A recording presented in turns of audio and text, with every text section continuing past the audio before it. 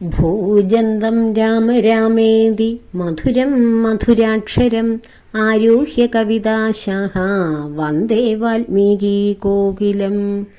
രാമായ രാമചന്ദ്രായ രാമഭദ്രായ വേധസേ രഘുനാഥായ നാഥായ സീതായ പതയേ നമോ നമഃ. പൂർവം രാമതപോവനാദിഗമനം ഹത്വാ മൃഗം കാഞ്ചനം വൈദേഹീഹരണം ജടായുമരണം സുഗ്രീവ സംഭാഷണം ബാലീ നിഗ്രഹണം സമുദ്രതരണം ലങ്കാപുരീമർദ്ദനം കൃത്വാ രാവണ കുംഭകർണനിധനം സമ്പൂർണ്ണ രാമായണം. ഇന്ന് നമുക്ക് രാമായണം 7-ാം ദിവസത്തെ വ്യാഖ്യാനം വിശദീകരിക്കാം. കഴിഞ്ഞ ദിവസം നമ്മൾ പറഞ്ഞു നിർത്തിയത് കൈകേയി മാതാവിൻ്റെ 2 വരങ്ങളുടെ ആവശ്യം കേട്ട് ദശരഥ മഹാരാജാവ് മോഹാലസ്യപ്പെട്ട് ഭൂമിയിൽ വീഴുകയും വീണ്ടും അദ്ദേഹം ഉണർന്ന് കൈകേയിയോട് തൻ്റെ മകനെ രക്ഷിക്കുവാൻ വേണ്ടി യാചിക്കുകയും ചെയ്യുന്നു. എന്നാൽ സത്യലംഘനം വരുത്തുന്നത് അങ്ങയുടെ വംശത്തിന് മോശമാണല്ലോ. ആ വംശത്തെ നിലനിർത്തുവാൻ വേണ്ടി, അതിൻ്റെ കുലത്തിൻ്റെ ശ്രേഷ്ഠത നിലനിർത്താൻ വേണ്ടി അങ്ങ് സത്യം ചെയ്ത് എന്നോട് പറഞ്ഞതല്ലേ, രാമനാണ് സത്യം, നിന്റെ ഏതാഗ്രഹവും സാധിച്ചു തരാമെന്നോട് സത്യം ചെയ്തതല്ലേ, അപ്പോൾ ആ സത്യലംഘനം അങ്ങേക്ക് ചെയ്യുന്നത് ഉചിതമാണോ എന്ന് കൈകേയി വീണ്ടും ദശരഥ മഹാരാജാവിനോട് ചോദിക്കുമ്പോൾ ദശരഥൻ എന്ത് ചെയ്യണമെന്നറിയാതെ ഉഴറി ആ രാത്രി മുഴുവനും ഉറങ്ങാതെ കരഞ്ഞു കേണ് രാമ രാമ എന്ന് വിളിച്ച് കരയുകയാണ്. അങ്ങനെ അടുത്ത പ്രഭാതം, പട്ടാഭിഷേകത്തിനുള്ള പ്രഭാതം ആരംഭിച്ചു. ശ്രീരാമചന്ദ്രനും സീതാദേവിയും വസിഷ്ഠ മുനിയുടെയും മറ്റുള്ളവരുടെയും അകമ്പടിയോടുകൂടി ആചാരപൂർവം ആചാരങ്ങളും പുരോഹിതന്മാർ നടത്തുന്ന കലശങ്ങളും അങ്ങനെയുള്ള പട്ടാഭിഷേകത്തിന് മുന്നോടിയായിട്ടുള്ള അനുഷ്ഠാനങ്ങൾ നടക്കുന്ന മണ്ഡപത്തിലേക്ക് എഴുന്നള്ളി അതിൽ പൂജകളും ധ്യാനങ്ങളും ഒക്കെയായിട്ട് കഴിയുകയാണ്. അപ്പോൾ രാജ്യമെങ്ങും ഉത്സവത്തിൻ്റെ പെരുമ്പറ ഘോഷങ്ങൾ, എല്ലായിടവും സന്തോഷവും. ആ പുതിയ പ്രഭാതത്തെ വരവേൽക്കുവാനായി പ്രജകൾ വളരെ സന്തോഷത്തോടുകൂടി ആമോദത്തോടുകൂടി അവർ ഉത്സാഹത്തോടുകൂടി അയോധ്യയിൽ ഒരു ഉത്സവം നടക്കുന്ന പ്രതീതിയാണ് ആ പ്രഭാതത്തിൽ. അപ്പോൾ നേരം അധികമായിട്ടും രാജാവിനെ കാണാത്തത് കൊണ്ട് മന്ത്രിയായ സുമന്ത്രർ പരിഭ്രമിച്ചു. മറ്റുള്ളവരും ഒക്കെ അന്വേഷിച്ചു. വളരെ പ്രഭാതത്തിൽ തന്നെ രാജാവിനെ പള്ളി ഉറക്കം ഉണർത്തുവാനായിട്ടുള്ള ഗായക സംഘങ്ങൾ കൊട്ടാരത്തിലേക്ക് ചെന്നു, അന്തപുരത്തിലേക്ക് ചെന്നുവെങ്കിലും കൈകേയി മാതാവ് അവരെ എല്ലാവരെയും ശകാരിച്ച് പറഞ്ഞു വിട്ടു. രാജാവിന് സുഖമില്ലാതിരിക്കുകയാണ്, ഇപ്പോൾ വാദ്യവൃന്ദങ്ങൾ ഗാനങ്ങളൊന്നും വേണ്ട, നിങ്ങൾ ശല്യം ചെയ്യാതെ പോകൂ എന്ന് പറഞ്ഞു വിട്ടു. രാജാവ് ശരീരസുഖമില്ലാതിരിക്കുകയാണെന്നൊക്കെ പറഞ്ഞു. അപ്പോൾ സുമന്ത്രർ വളരെ പരിഭ്രാന്തരായി. ഇത്രയും നേരമായിട്ടും രാജാവിനെ കാണുന്നില്ലല്ലോ, എന്തു പറ്റി അദ്ദേഹത്തിന് എന്ന ചിന്തയോടുകൂടി വളരെ വേഗം അന്തപുരത്തിലേക്ക് അദ്ദേഹം വന്നപ്പോൾ വളരെ ആ ദുഃഖത്തിൽ വീണ് ഖിന്നതയായി ആ ഭൂമിയിൽ കിടക്കുന്ന രാജാവിനെയാണ്, ദുഃഖാതിരേകത്താൽ കരഞ്ഞും വിഷമിച്ചും കിടക്കുന്ന രാജാവിനെയാണിത് സുമന്ത്രർ കാണുന്നത്. ഇത് കണ്ട് സംഭ്രമിച്ച് കൈകേയി മാതാവിനോട് ചോദിക്കുകയാണ് സുമന്ത്രർ, എന്തു പറ്റി, ഈ മഹാരാജാവിൻ്റെ ഈ അവസ്ഥയ്ക്ക് കാരണം എന്താണ് എന്ന് ചോദിക്കുമ്പോൾ പറയുന്നു, ധാത്രീപതിയായ ഈ മഹാരാജാവ് രാത്രിയിൽ നിദ്ര ഒട്ടും ഇദ്ദേഹത്തിന് ഉണ്ടായില്ല. അദ്ദേഹം സ്വസ്ഥനല്ലാതെ ഇരിക്കുന്നത് കാരണം, അദ്ദേഹത്തിന് മനസ്സിന് അസ്വതന്ത്രം ഭവിച്ചത് കാരണം, മനസ്സിന്റെ സ്വസ്ഥത നഷ്ടപ്പെട്ടത് കാരണം അദ്ദേഹം രാമനെ ജപിച്ച് രാമരാമേതി ജപിച്ചുകൊണ്ട് രാമനെ തന്നെ മനസ്സിൽ ചിന്തിച്ചുകൊണ്ട് ഉറങ്ങാതെ ഉണരും വരെയും കഴിഞ്ഞുകൂടുകയാണ് ചെയ്തത് എന്ന്. രാമനെ കാണാനുള്ള ദുഃഖം കൊണ്ടാണ് നൃപേന്ദ്രൻ ഇങ്ങനെ വിഷമിച്ചിരിക്കുന്നത്. അതുകൊണ്ട് വൈകാതെ രാമനെ വിളിച്ചുകൊണ്ട് വരൂ, അദ്ദേഹത്തിന്റെ ദുഃഖത്തിനൊരു നിവൃത്തി ഉണ്ടാകട്ടെ എന്ന് കൈകേയി പറയുകയാണ്. അപ്പോൾ ഞാൻ ചെന്ന് കുമാരനെ കൊണ്ടുവരാമല്ലോ, അതിന് മഹാരാജാവിന്റെ അനുവാദം തന്നാലും എന്ന് പറഞ്ഞപ്പോൾ രാജാവ് പറയുകയാണ്, നീ വേഗം തന്നെ ചെന്ന് രാമനെ വരുത്തുക. ആ സുന്ദരനായ രാമകുമാരന്റെ മുഖം എനിക്ക് എളുപ്പവും എത്രയും വേഗം കാണണം. അത് കേട്ടോണ്ട് സൗമിത്രിയല്ല സുമന്ത്രര് വളരെ വേഗം വിഭ്രമത്തോടെ ഓടിപ്പോവുകയാണ്. ചെന്നിട്ട് കൗസല്യ തനയനോട് ചെന്ന് പറയുകയാണ്, താതൻ ഭവാനെ വിളിക്കുന്നുണ്ട്, എത്രയും വേഗം അവിടേക്ക് എഴുന്നള്ളണം. ആ മന്ത്രിയുടെ വാക്യം കേട്ടപ്പോൾ രാഘവൻ യാതൊരു താമസവും കൂടാതെ സൗമിത്രിയോടും കൂടി, അതായത് സുമിത്ര തനയനായ ലക്ഷ്മണനും രാമനും കൂടി ആ രഥത്തിൽ കയറി വളരെ വേഗം തൻ്റെ അച്ഛൻ വസിക്കുന്ന മന്ദിരത്തിലേക്ക് ചെന്നു. അവിടെ ചെന്നപ്പോൾ അച്ഛൻ ഇങ്ങനെ കിടക്കുന്ന ആ രംഗം കണ്ടിട്ട് പ്രേമവിവശനായ ആ താതനെ എടുത്ത് അച്ഛൻ്റെ തലയെടുത്ത് മടിയിൽ വെച്ചിട്ട് രാമനെ അദ്ദേഹം എടുത്ത് ആലിംഗനം ചെയ്തു. അച്ഛൻ്റെ ആ അവസ്ഥ കണ്ടിട്ട് രാമൻ അച്ഛനെ മടിയിൽ വെച്ചിട്ട് അച്ഛൻ വെള്ളം കൊണ്ട് മുഖം കഴുകിക്കുകയും, എന്താണ് അച്ഛൻ ഈ വിഷമിക്കുന്നതിന് കാരണം, അങ്ങക്ക് എന്ത് സംഭവിച്ചു എന്ന് രാമൻ വളരെ പരിഭ്രാന്തിയോടുകൂടി ചോദിക്കുകയാണ്. എന്താണ് അങ്ങക്ക് സംഭവിച്ചത്, എന്താണ് അങ്ങയുടെ ദുഃഖത്തിന് കാരണം, ഇത്രയും ദുഃഖത്തോടുകൂടി അങ്ങ് എങ്ങനെയാണ് അങ്ങക്ക് ഇത്രയും ദുഃഖം സംഭവിച്ചത് എന്ന്. അപ്പോൾ അവിടെ എല്ലാവരും കൂടി നിന്നവർ ശ്രീരാമന്റെ കരച്ചിലും ലക്ഷ്മണകുമാരന്റെ കരച്ചിലും ശ്രീരാമ രാമ രാമ എന്ന് വിളിച്ചുള്ള ആ മഹാരാജാവിന്റെ വിലാപവും എല്ലാം കേട്ട് അത് കണ്ട് അവിടെ കൂടി നിന്ന സ്ത്രീജനങ്ങളും എല്ലാവരും ദുഃഖത്തിൽ ആറാടി.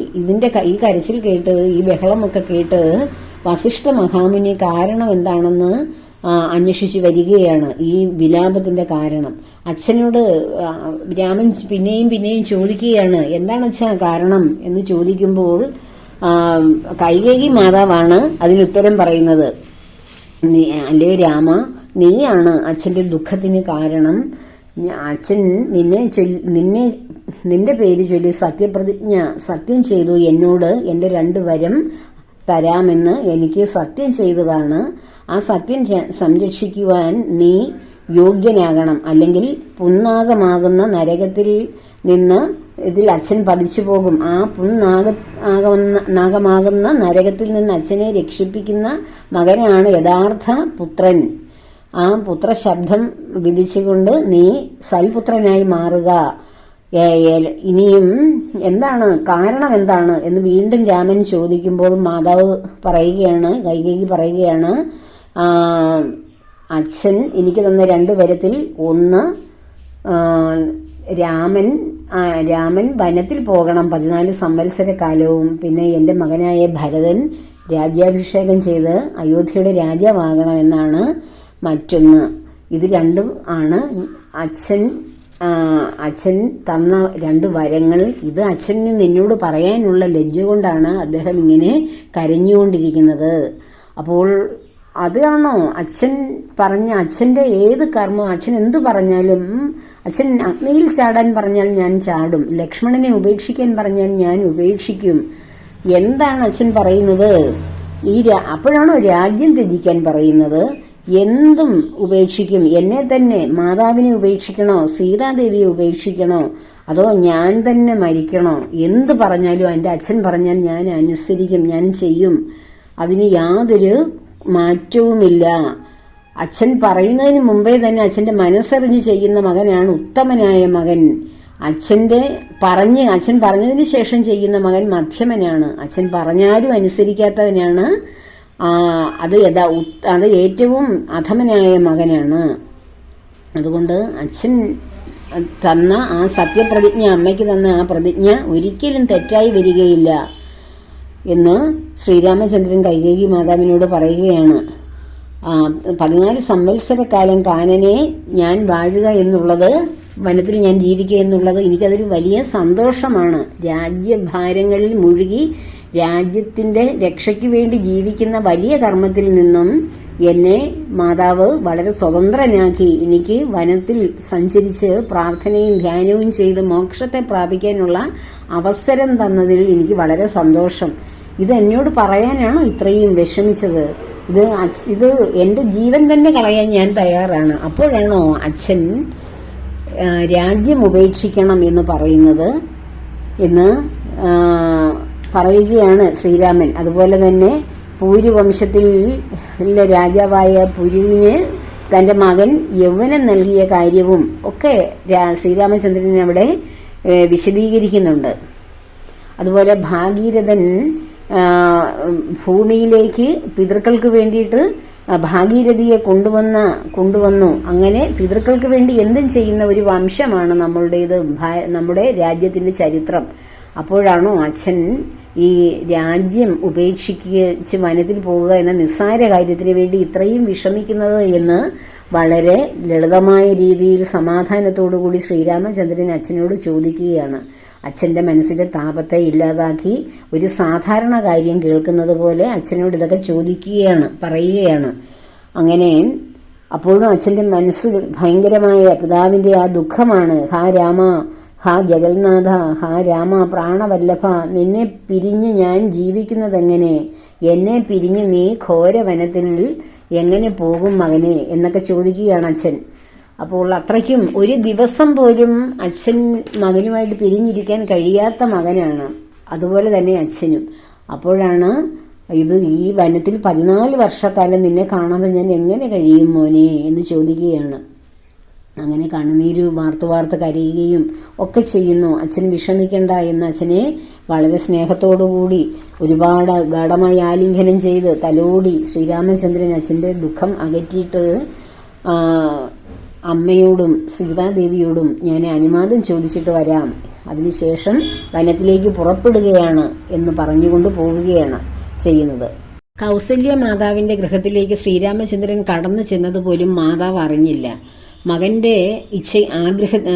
മകന്റെ ആ ഉയർച്ചയ്ക്ക് വേണ്ടിയിട്ട്, അതായത് ഇന്ന് അഭിഷേകം നടക്കുന്ന മകന്റെ ആ പട്ടാഭിഷേകത്തിന്റെ തടസ്സങ്ങളെല്ലാം മാറി മകന്റെ ഉയർച്ചയ്ക്ക് വേണ്ടിയിട്ട് ദേവിയോട് പ്രാർത്ഥിക്കുകയും പൂജിക്കുകയും പുരോഹിതന്മാരെ കൊണ്ട് പൂജകളും കർമ്മങ്ങളും ഒക്കെ ചെയ്യിച്ചിട്ട് ധ്യാന നിമഗ്നയായിട്ടിരിക്കുന്ന ആ മാതാവിന്റെ മുന്നിലേക്ക് ശ്രീരാമചന്ദ്രൻ വന്നു നിന്നത് അമ്മ അറിഞ്ഞില്ല. കൂടെ നിന്നിരുന്ന സുമിത്ര ആണ് രാമൻ വന്നിട്ട് കണ്ടില്ലേ ദേവി എന്ന് ഇങ്ങനെ ചോദിക്കുന്നത്. അപ്പോഴാണ് രാമനെ എൻ്റെ മുഖം മ്ലാനമായിരിക്കുന്നത് കണ്ട് മടിയിലിരുത്തിയിട്ട് കഴിക്കാൻ എടുക്കട്ടെ മകനെ, എന്താ മോൻ കഴിച്ചില്ലയോ, കഴിക്കാത്തത് കൊണ്ടാണോ വിഷമിക്കുന്നത്, മുഖം ഇങ്ങനെ വാടിയിരിക്കുന്നത് എന്നൊക്കെ വാത്സല്യപൂർവ്വം ചോദിച്ചുകൊണ്ട് മോൻ്റെ മുഖത്തിങ്ങനെ അമ്മ ഉമ്മ വയ്ക്കുകയാണ്. അപ്പോൾ രാമൻ പറയുന്നു, അമ്മയെ കഴിക്കാൻ ഒന്നും ഇപ്പോൾ സമയമില്ല, എനിക്ക് ഉടനെ തന്നെ വനത്തിലേക്ക് പോകണം. അച്ഛൻ ഇങ്ങനെ പറഞ്ഞിരിക്കുന്നു, 14 വർഷക്കാലം ഞാൻ വനത്തിൽ കഴിയണമെന്നും ഭരതകുമാരന് രാജ്യം കൊടുക്കണം, രാജ്യാഭിഷേകം ഭരതനാണെന്നും കൈകേയി മാതാവിന് അച്ഛൻ 2 വരം കൊടുത്തിട്ടുണ്ടായിരുന്നു.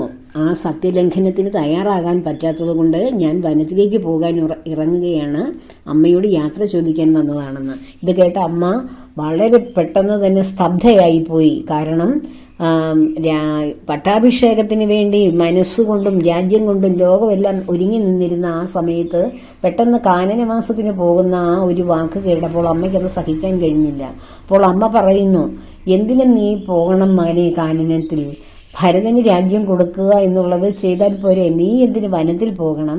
അച്ഛൻ നീ വനത്തിൽ പോകണമെന്ന് നിന്നോട് പറഞ്ഞാൽ അമ്മയായ ഞാൻ പറയുന്നു നീ വനത്തിൽ പോകണ്ട എന്ന്. അച്ഛനും അമ്മയ്ക്കും ഒരു മകന്റെ കാര്യത്തിൽ തുല്യ പ്രാധാന്യമല്ലേ എന്ന് ചോദിച്ച് കയർക്കുകയാണ് കൗസല്യ മാതാവ്. അപ്പോൾ ലക്ഷ്മണകുമാരൻ ഇതെല്ലാം കണ്ടുകൊണ്ട് ലക്ഷ്മണൻ ഉണ്ടായിരുന്നു. കൈകേയി മാതാവ് പറയുന്നതും അച്ഛൻ്റെ വിഷമവും രാമന്റെ കൂടെ എല്ലായ്പ്പോഴും ഉണ്ടായിരുന്നു.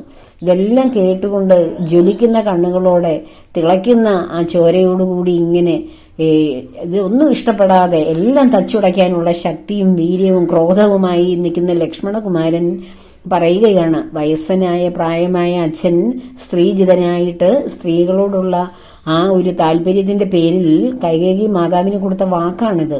അച്ഛനെ ഞാൻ ജയിലിലിട്ടുകൊണ്ട് അല്ലെങ്കിൽ അച്ഛനെ പിടിച്ചു കെട്ടിയിട്ട് ഞാൻ അല്ലെങ്കിൽ അച്ഛൻ്റെ വാക്കുകളെ ധിക്കരിച്ചുകൊണ്ട് ഞാൻ ഈ രാജ്യാഭിഷേകം ഇപ്പോൾ തന്നെ ജ്യേഷ്ഠന് ഞാൻ നടത്തും.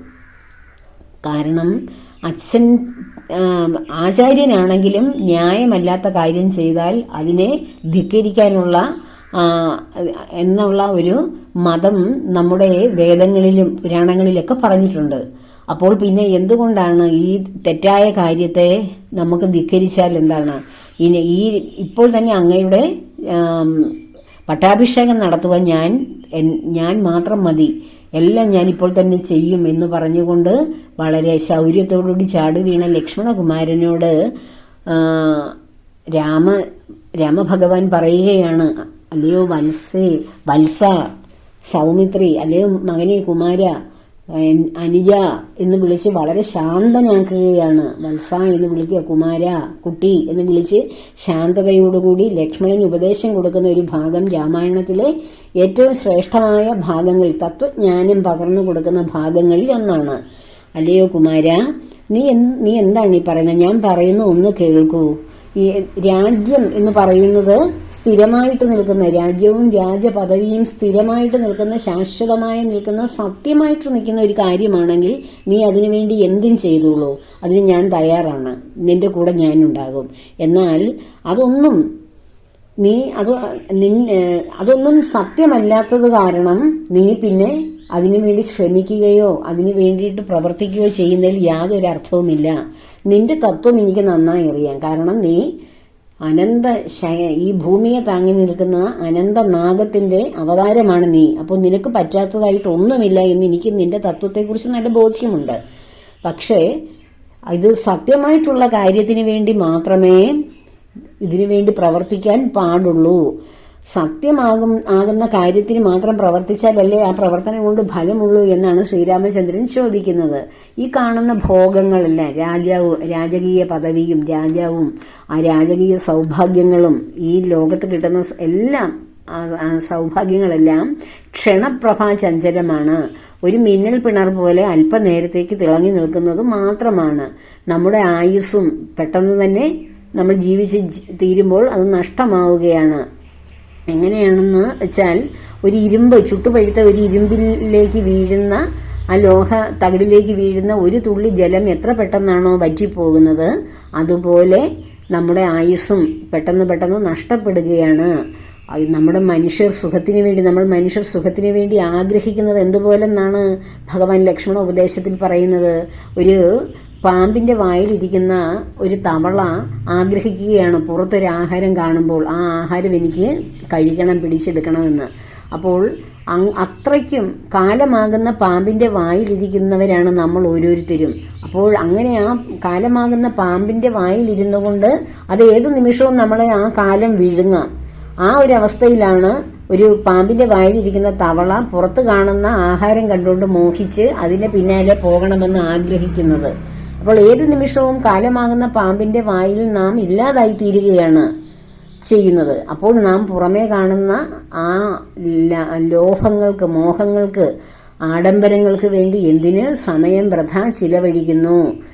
കേവലം ഒരു ചക്ഷുശ്രവണ ഗളസ്തമാൻ ദർദുരം പോലെയാണ്. അപ്പോൾ ഭക്ഷണത്തിന് അപേക്ഷിക്കുന്ന ഒരു തവള, പാമ്പിന്റെ വായിലിരിക്കുന്ന ഒരു തവള ഭക്ഷണത്തിന് അപേക്ഷിക്കുന്നത് പോലെയുള്ളൂ ഈ മോഹങ്ങളുടെ പിന്നാലെ പോകുന്ന നൈമിഷികമായിട്ടുള്ള ആവശ്യങ്ങൾ എന്നൊക്കെയാണ് അദ്ദേഹം പറഞ്ഞു കൊടുക്കുന്നത്. അതുപോലെ തന്നെ നമ്മൾ ഈ കാണുന്ന അച്ഛൻ, അമ്മ, ഭാര്യ, മക്കൾ, പിതാവ്, മാതാവ് എന്നൊക്കെ പറയുന്നവർ, സഹോദരങ്ങൾ എന്നൊക്കെ പറയുന്നവർ, ഇവരെല്ലാം പെരുവഴി അമ്പലത്തിൽ ഒത്തുകൂടുന്ന വെറും യാത്രക്കാർ മാത്രമാണ്. അപ്പോൾ ശ്രീരാമചന്ദ്രന് ഏറ്റവും പ്രിയമതമയായ സീതാദേവിയുണ്ട്. അവർ തമ്മിൽ 12 വർഷക്കാലം അയോധ്യയിൽ ജീവിച്ചു. അവരുടെ ആ വിവാഹത്തിന് ശേഷമുള്ള ആ യൗവന കാലമെല്ലാം അവിടെ ജീവിച്ചു. 12 വർഷക്കാലം അവർ ജീവിച്ചതിന് ശേഷമാണ് ദേവിയും രാമനും തമ്മിൽ ഏറ്റവും മാനസിക ഐക്യത്തോടു കൂടിയാണ് ജീവിച്ചത്. എന്നിട്ടും ശ്രീരാമചന്ദ്രൻ പറയുകയാണ്, രാമചന്ദ്രന് അച്ഛനോ ഹൃദയബന്ധുവാണ്, ഹൃദയത്തിന്റെ ഒരു പകുതിയാണ്, ആ ആത്മാവിന്റെ ഒരു പകുതിയാണ്, ഒരു സോൾമേറ്റ് ആയിരുന്നു. അപ്പോൾ അത്രയ്ക്കും ബന്ധമുള്ള ശ്രീരാമചന്ദ്രൻ പറയുന്നു, വഴിയാത്രയിൽ കാണുന്ന പെരുവഴിയമ്പലത്തിൽ ഒത്തുകൂടിയിട്ട് അവിടെ ഇരുന്ന് കൊണ്ടുവരുന്ന പൊതിച്ചോറൊക്കെ കഴിച്ചിട്ട് പരസ്പരം യാത്ര പറഞ്ഞ് ഒന്ന് മയങ്ങിയതിന് ശേഷം യാത്ര പറഞ്ഞ് അതാത് ഇടങ്ങളിലേക്ക് പോകുന്ന യാത്രക്കാർ മാത്രമാണ് നമ്മുടെ കുടുംബത്തിലുള്ള ഭാര്യയും ഭർത്താവും അച്ഛനും അമ്മയും മക്കളും എന്നൊക്കെയുള്ള ബന്ധങ്ങളെന്ന്, സഹോദരങ്ങളും ഒക്കെ ആയിട്ടുള്ള ബന്ധങ്ങൾ അത്രയേ ഉള്ളൂ. അപ്പോൾ ഈ ബന്ധങ്ങൾ എല്ലാം അനുഭവിക്കുകയും അതിൽ ഇഴുകിച്ചേരുകയും ചെയ്യുന്ന ശ്രീരാമചന്ദ്രൻ ആ ബന്ധത്തിന്റെ വ്യർത്ഥത പറയുകയും ചെയ്യുന്നു. അപ്പോൾ അതുകൊണ്ട് തന്നെയാണ് ആ ബന്ധത്തിൽ കുടുങ്ങിപ്പോകാതെ അദ്ദേഹത്തിന് അച്ഛന്റെ ആ ധർമ്മം, അച്ഛൻ പറഞ്ഞ ആഗ്രഹിച്ച ആ വാക്ക് കൊടുത്ത് ആ ധർമ്മം പാലിക്കാൻ വേണ്ടി വിഷമമുണ്ടെങ്കിലും അത് പുറമേ കാണിക്കാതെ അദ്ദേഹം വനത്തിലേക്ക് യാത്രയ്ക്ക് ഇറങ്ങിത്തിരിക്കുന്നത്. ഇതുപോലെയുള്ള ധാരാളം തത്വോപദേശങ്ങൾ ലക്ഷ്മണകുമാരന് അമ്മയുടെ മുന്നിൽ വെച്ച് തന്നെ രാമൻ പറഞ്ഞു കൊടുക്കുന്നുണ്ട്.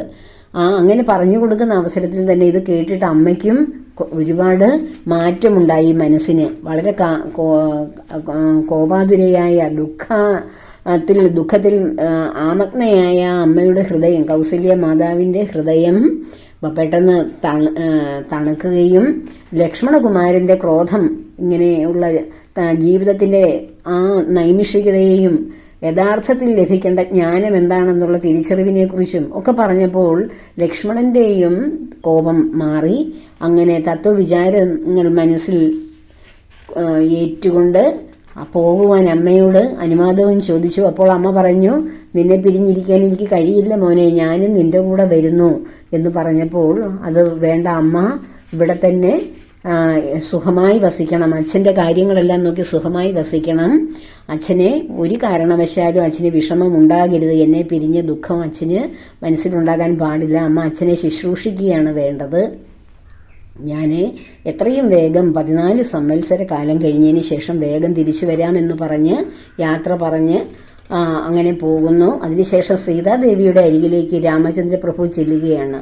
അപ്പോൾ സീതാദേവി ചോദിക്കുകയാണ്, എന്താണ് അങ്ങ് ഒറ്റയ്ക്ക് വരുന്നത്?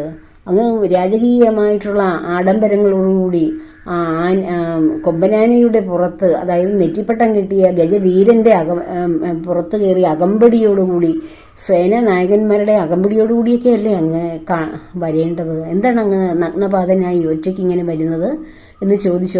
രാമനെ പാദപൂജ ചെയ്ത് ആനയെ ശിരുത്തി വിവരങ്ങൾ ചോദിച്ചപ്പോഴാണ് ശ്രീരാമചന്ദ്രൻ, എനിക്ക് ഉടനെ തന്നെ വനത്തിന് പോകണം ദേവി, അതിന് എനിക്ക് അനുവാദം തരണം എന്ന് പറയുമ്പോൾ, ഇങ്ങനെ കൈകേയി മാതാവിന്റെ വരങ്ങളുടെ കാര്യമൊക്കെ പറയുമ്പോൾ സീതാദേവി ചോദിക്കുകയാണ്, രാത്രിയിൽ പോലും അങ്ങേ പിരിയാൻ വിഷമിക്കുന്ന അച്ഛനല്ലേ, എന്നിട്ട് അച്ഛൻ ഇത്ര പെട്ടെന്ന് എന്ത് സംഭവിച്ചു? ഇന്ന് പട്ടാഭിഷേകം നടത്താൻ അദ്ദേഹം തന്നെയല്ലേ തീരുമാനിച്ചത്, എന്നിട്ടും അങ്ങേ വനത്തിലയക്കുവാൻ അച്ഛൻ എങ്ങനെ കഴിഞ്ഞു എന്നൊക്കെ ചോദിക്കുമ്പോൾ സീതാദേവിക്ക് അതിനൊക്കെയുള്ള മറുപടികൾ ശ്രീരാമചന്ദ്രൻ കൊടുക്കുകയാണ്. അച്ഛൻ സത്യവിരോധം ചെയ്യാതിരിക്കുവാൻ വേണ്ടി 2 വരങ്ങൾ സത്യം ചെയ്തു കൊടുത്ത വരങ്ങളുടെ ഫലമായിട്ടാണ് ഞാൻ വനത്തിന് പോകുന്നതും ഭരതൻ രാജാവാകുന്നതും. അച്ഛൻ്റെ ആഗ്രഹം സാധിക്കട്ടെ, അതുതന്നെയാണ് പ്രധാനം.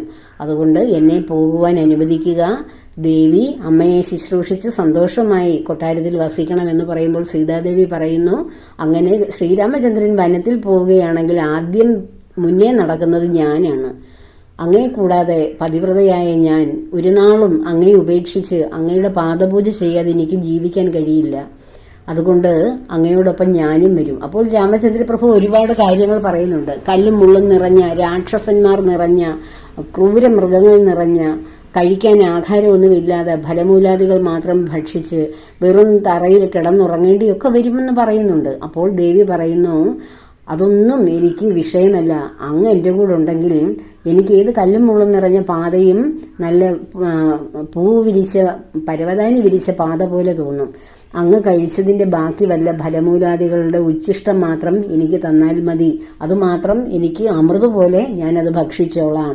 അങ്ങയെ പൂജ ചെയ്ത് അങ്ങയോടൊപ്പം ജീവിക്കുന്നതിൽ വലിയൊരു സന്തോഷം എനിക്ക് വേറെ ഒന്നുമില്ല, ഇല്ലെങ്കിൽ ഞാൻ പ്രാണത്യാഗം ചെയ്യും എന്ന് ദേവി പറയുമ്പോൾ ശ്രീരാമചന്ദ്രൻ പറയുകയാണ്, എങ്കിൽ ദേവിയും എന്നോടൊപ്പം കൂടിക്കോളൂ. അതുപോലെ തന്നെ ദേവി ചോദിക്കുന്നുണ്ട്, രാമായണം ധാരാളം രചിച്ചിട്ടുണ്ടല്ലോ കവി, ഏതെങ്കിലും രാമായണത്തിൽ കേട്ടിട്ടുണ്ടോ സീതയെ കൂടാതെ രാമൻ വനത്തിന് പോയ കാര്യം?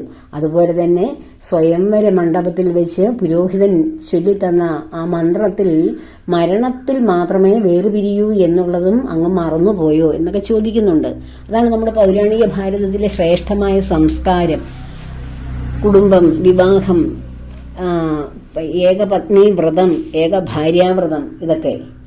അപ്പോൾ ആ സമയത്ത് ജീവിച്ചിരുന്ന ജനക മഹാരാജാവ്, അദ്ദേഹത്തിന് 3 ഭാര്യമാരുണ്ടല്ലോ എന്നുള്ള ചിന്തയും ഉണ്ടാകാം. അതിനെക്കുറിച്ച് വളരെ വിശദമായി സംസാരിക്കേണ്ട വിഷയമാണ്. അത് മറ്റൊരു സമയത്താകാം. അപ്പോൾ അങ്ങനെ സീതാദേവിയോടൊന്നിച്ച് ലക്ഷ്മണകുമാരനും അപ്പോൾ ഭഗവാനോട് അതിനു മുമ്പ് തന്നെ പറയുന്നുണ്ട്, അങ്ങയോടൊപ്പം ഞാനും വരുന്നുണ്ട് എന്ന്, അങ്ങില്ലാതെ എനിക്ക് ജീവിക്കാൻ പറ്റില്ല എന്ന് പറഞ്ഞ് വിഷമിക്കുമ്പോൾ എങ്കിൽ നീയും എന്നോടൊപ്പം പോയിക്കോളൂ, വന്നോളൂ എന്ന് രാമചന്ദ്രൻ പറയുന്നുണ്ട്. അങ്ങനെ അവർ 3 പേര് കൂടി യാത്ര ചോദിക്കുവാൻ വീണ്ടും അമ്മമാരുടെയും അച്ഛൻ്റെ അരികിലേക്ക് വന്നപ്പോൾ അച്ഛൻ വീണ്ടും അവരെ നന്നായി വരിക എന്ന് അനുഗ്രഹിക്കുന്നു. കൈകേയി മാതാവ് അവർക്ക് 3 പേർക്കും മരവുരി കൊടുക്കുന്നു. അപ്പോൾ സീതാദേവിക്ക് കൊടുക്കുന്ന മരവുരി എങ്ങനെ ധരിക്കുമെന്ന് ലജ്ജയോടുകൂടി ദേവി ഇങ്ങനെ വിഷമിച്ചിരിക്കുമ്പോൾ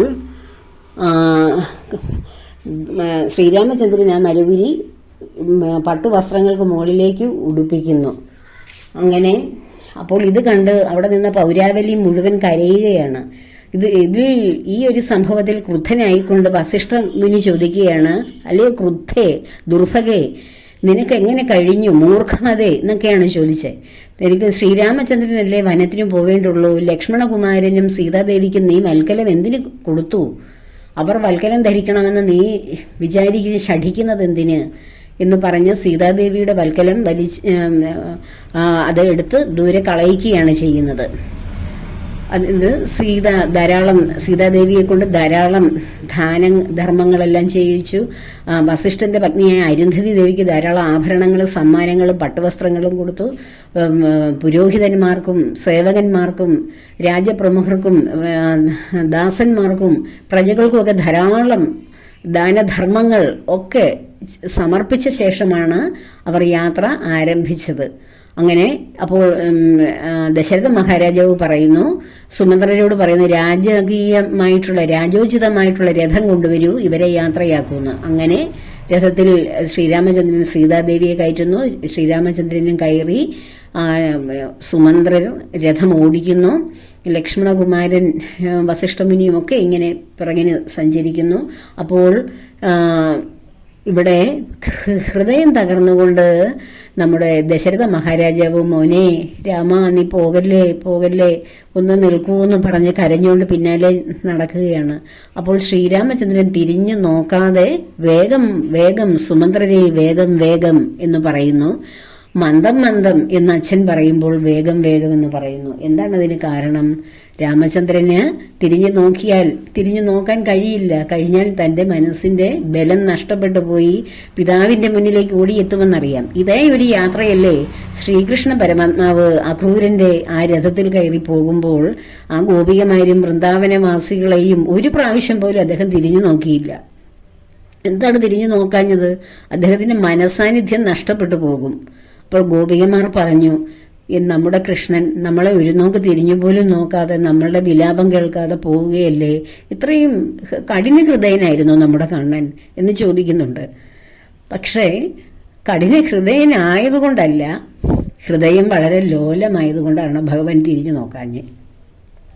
ഭക്തരോട് കാരുണ്യമുള്ള, ഭക്തരോട് പാരവശ്യം, സ്നേഹത്തിൻ്റെയും വാത്സല്യത്തിൻ്റെയും പാരവശ്യത്തിൻ്റെ ഏറ്റവും ഉദാത്തമായിട്ടുള്ള ആ ഒരു ഭഗവാനാണ് കൃഷ്ണൻ. ആ കൃഷ്ണൻ എങ്ങനെയാണ് തിരിഞ്ഞു നോക്കിക്കഴിഞ്ഞാൽ അവരുടെ രോദനം കണ്ടാൽ ഭഗവാൻ പോകുമോ? അക്രൂരർ വന്ന കാര്യം നടക്കുമോ? അവിടെ കംസനെ വധിക്കുകയും ആ മധുരാപുരിയെ രക്ഷിക്കുകയും ചെയ്യുന്ന കർമ്മങ്ങൾ എന്തെങ്കിലും നടക്കുമോ? ഇല്ല. അങ്ങനെ ഇവിടെ ശ്രീരാമചന്ദ്രൻ വനത്തിലേക്ക് യാത്രയായി. അങ്ങനെ ഗംഗാതീരത്ത് ചെന്ന് ഗുഹൻ എന്ന് പറയുന്ന ആ വനത്തിൻ്റെ രാജാവായ ആ ഗുഹന്റെ സഹായത്തോടെ ഗംഗാനദി മുറിച്ച് കടന്ന് അപ്പുറത്തേക്ക് പോകുന്നു. ഗുഹൻ എന്ന് പറയുന്ന ആള് വളരെ ഭക്തനായ ശ്രീരാമചന്ദ്രനോട്, ഈശ്വരനോട് വളരെ ഭക്തിയുള്ള ആളായിരുന്നു. ഭഗവാനെ നേരിൽ കാണാൻ കഴിഞ്ഞത് തന്നെ മഹാഭാഗ്യമായി. താണ നമസ്കരിച്ച് ഭഗവാന്റെ ദാസ വേല ചെയ്യുവാൻ താല്പര്യത്തോടു കൂടി വരുന്നു. അപ്പോൾ അതിനു മുമ്പ് തന്നെ ഈ അയോധ്യാവാസികൾ ഒന്നടങ്കം രാമൻ പോകുന്നതിനെ എതിർത്തു. അതിനെ അവർ വിഷാദിക്കുകയും വിലപിക്കുകയും ചെയ്തു. എല്ലാവരും പട്ടാഭിഷേക ദിവസം ഒത്തുകൂടിയ ആ മഹാനഗരമായിരുന്നു അത്. അപ്പോൾ വാമദേവൻ എന്ന് പറയുന്ന മഹർഷീശ്വരൻ രാമസീതാ തത്വം ഈ പ്രജകൾക്ക് ഉപദേശിച്ചു കൊടുക്കുന്നുണ്ട്. രാമനായത് സാക്ഷാൽ ശ്രീനാരായണനാണെന്നും ബ്രഹ്മദേവന്റെയും ഭൂമിദേവിയുടെയൊക്കെ അപേക്ഷ പ്രകാരം ശത്രു സംഹാരത്തിനും ദുഷ്ടരെ നിഗ്രഹം ചെയ്ത് ഭൂമിയെ പരിപാലിക്കാൻ വേണ്ടി അയോധ്യയിലെ മന്നന്റെ മകനായി ജനിച്ചതാണെന്നും അത് സാക്ഷാൽ പരബ്രഹ്മമൂർത്തിയാണെന്നും ആ പരബ്രഹ്മത്തിന്റെ മൂലമായയായ മായാപ്രകൃതിയാണ് ജാനകി ദേവിയായി ജനിച്ചിരിക്കുന്നതെന്നും അത് അവരുടെ ലക്ഷ്യം പൂർത്തീകരിക്കുവാൻ വേണ്ടിയാണ് അവർ വനത്തിലേക്ക് പോകുന്നത്. അവിടെ രാവണൻ ഉൾപ്പെടെയുള്ള ധാരാളം ഭൂമിക്ക് ദ്രോഹം ചെയ്യുന്ന, സത്തുക്കളെ ദ്രോഹിക്കുന്ന ധാരാളം പേരെ നിഗ്രഹിക്കുക എന്നുള്ള കർമ്മം പൂർത്തീകരിക്കാനാണ് ശ്രീരാമചന്ദ്രൻ അവതാരം ചെയ്തിരിക്കുന്നത്. അതിന് നിങ്ങൾ തടസ്സം നിൽക്കരുത്. അദ്ദേഹം ചെയ്യേണ്ട കർമ്മം പൂർത്തീകരിക്കാനാണ്, ഭൂമി രക്ഷിക്കാനാണ് പോകുന്നത്. രാജ്യപരിപാലനമല്ല അദ്ദേഹത്തിന്റെ ധർമ്മം എന്ന് ഉപദേശിച്ചു കൊടുക്കുന്നുണ്ട്. എങ്കിലും ഈ പ്രജകൾ അദ്ദേഹത്തെ പിന്തുടർന്നിങ്ങനെ പോകുമ്പോൾ ഗംഗാതീരത്തിന് തൊട്ടടുത്തുള്ള ആ നദി കുറുകെ കടക്കുന്നതിന് മുമ്പ് തന്നെ അന്ന് ആ സന്ധ്യയാകുമ്പോൾ അവിടെ ശ്രീരാമചന്ദ്രനും സീതാദേവിയും ഒക്കെ പുല്ല് വിരിച്ച് ആ സ്ഥലത്തിങ്ങനെ ഒരു വൃക്ഷമൂലത്തിന്റെ ചുവട്ടിൽ ഇങ്ങനെ ശയിക്കുന്ന അവസരത്തിൽ ഈ പ്രജകളെല്ലാം വാടി തളർന്നു കുഴഞ്ഞ് അവരും വിഷമിച്ച് മാനസികമായിട്ടുള്ള ദുഃഖഭാരത്തോടുകൂടി അവരും അവിടെ തളർന്നുറങ്ങുമ്പോൾ ശ്രീരാമചന്ദ്രൻ പറയുന്നുണ്ട് സുമന്ത്രരോട്, നേരം വെളുത്ത് ഇവർ ഉണർന്നു കഴിഞ്ഞാൽ യാത്ര നടക്കില്ല, ഇവർ നമ്മളോടൊപ്പം വരും. അത് കാരണം നമുക്കിപ്പോൾ തന്നെ രഥം മറ്റൊരു ദിശയിലേക്ക് കൊണ്ടുപോയി അവിടെ നിന്ന് തിരിച്ച് വേറെ ദിശ മാറ്റി പോകാം. അപ്പോൾ അവർ രഥത്തിന്റെ ആ ചക്രത്തിന്റെ പാട് നോക്കി പിന്നെ നമ്മെ കാണാതെ അവർ തിരികെ പൊയ്ക്കോളും എന്ന് പറയുന്നുണ്ട്. അങ്ങനെ തന്നെ അവർ പോയി. രാവിലെ വിഷമിച്ചുറങ്ങിയ പ്രജകളൊക്കെ ഉണർന്നു നോക്കിയപ്പോൾ ശ്രീരാമചന്ദ്രനെയും സീതാദേവിയെയും ലക്ഷ്മണനെയും ഒന്നും കാണാഞ്ഞ് അവർ ആ രഥചക്രത്തിന്റെ പിന്നാലെ കുറേ പോയി. അപ്പോഴെങ്ങും അവർക്ക് കണ്ടുപിടിക്കാൻ കഴിയാതിരുന്നത് കാരണം അവർ ഒത്തിരി നേരം അവിടെ വിഷമിച്ചിരുന്നതിന് ശേഷം ദുഃഖത്തോടുകൂടി അവർ സ്വഗൃഹങ്ങളിലേക്ക് പോയി, രാമരാമേതി ജപിച്ചുകൊണ്ട്. അങ്ങനെ ഗുഹന്റെ സഹായത്തോടുകൂടി ഗംഗാദേവിയെ കടക്കുകയാണ്. ഗംഗാ നദിയുടെ മധ്യത്തിലെത്തിയപ്പോൾ സീതാദേവി ഗംഗാദേവിയോട് പ്രാർത്ഥിക്കുന്നുണ്ട്. അമ്മേ ദേവി, ഞങ്ങളുടെ കാനനമാസത്തിന് യാതൊരു വിഷമവും ഉണ്ടാകല്ലേ, ഞങ്ങളെ കാത്തോണേ. ഞങ്ങൾ 14 സംവത്സരം കഴിഞ്ഞ് തിരിച്ചു വരുമ്പോൾ അമ്മയ്ക്ക് ബലിപൂജാദികളൊക്കെ ചെയ്ത്, അമ്മയ്ക്ക് ആരതികളൊക്കെ ചെയ്ത് അമ്മയെ ഞങ്ങൾ സന്തോഷത്തോടുകൂടി പൂജയൊക്കെ ചെയ്യാം, ഞങ്ങളെ അനുഗ്രഹിക്കണേ ദേവി എന്ന് ഗംഗാമാതാവിനോട് സീതാദേവി അപേക്ഷിക്കുന്നുണ്ട്. അങ്ങനെ അവർ ആ വനത്തിലേക്കുള്ള യാത്ര തുടരുകയാണ്. ഇനിയും ധാരാളം ആശ്രമങ്ങൾ പിന്നിട്ട് യഥാർത്ഥ ആ ഒരു കർമ്മത്തിലേക്ക് ഭഗവാനും ദേവിയും ലക്ഷ്മണകുമാരനും ഒന്നു ചേർന്ന് പോകുന്നു. ഭഗവാൻ എവിടെയും ഉണ്ടെങ്കിൽ അവിടെ എപ്പോഴും അനന്തശായിയായ ഭഗവാനെയല്ലേ നമ്മളെപ്പോഴും കാണുന്നത്. അപ്പോൾ അനന്തനില്ലാത്ത ഒരു ഭഗവാൻ ഉണ്ടോ? അതുകൊണ്ടാണ് ലക്ഷ്മണകുമാരൻ എപ്പോഴും ഭഗവാന്റെ കൂടെ ഒരു നിഴലായി പോകുന്നത്. ഭഗവാനും ദേവിയും ആ വനത്തിലും പുല്ലിലും ഒക്കെ കിടന്നുറങ്ങുമ്പോൾ വില്ലേന്തി ഒരു ഉത്തമ സൈനികനെ പോലെ, ഒരു സംരക്ഷകനെ പോലെ ലക്ഷ്മണകുമാരൻ അവർക്ക് കാവൽ നിൽക്കാറുണ്ടായിരുന്നു, ശത്രുക്കളിൽ നിന്ന് രക്ഷപ്പെടുത്താൻ. അങ്ങനെ പോകുന്ന യാത്രയാണ് ഇനിയുള്ള ഭാഗങ്ങളിൽ നമുക്ക് വിവരിക്കുവാനുള്ളത്. എല്ലാവരെയും ഭഗവാനും സീതാദേവിയും ഹനുമാൻ സ്വാമിയും രക്ഷിക്കട്ടെ എന്ന പ്രാർത്ഥനയോടുകൂടി സർവകർമ്മങ്ങളും ഭഗവാന്റെയും ദേവിയുടെയും പത്മപാദങ്ങളിൽ ചേർക്കുന്നു. ലോക സമസ്ത സുഖിനോ ഭവന്തു.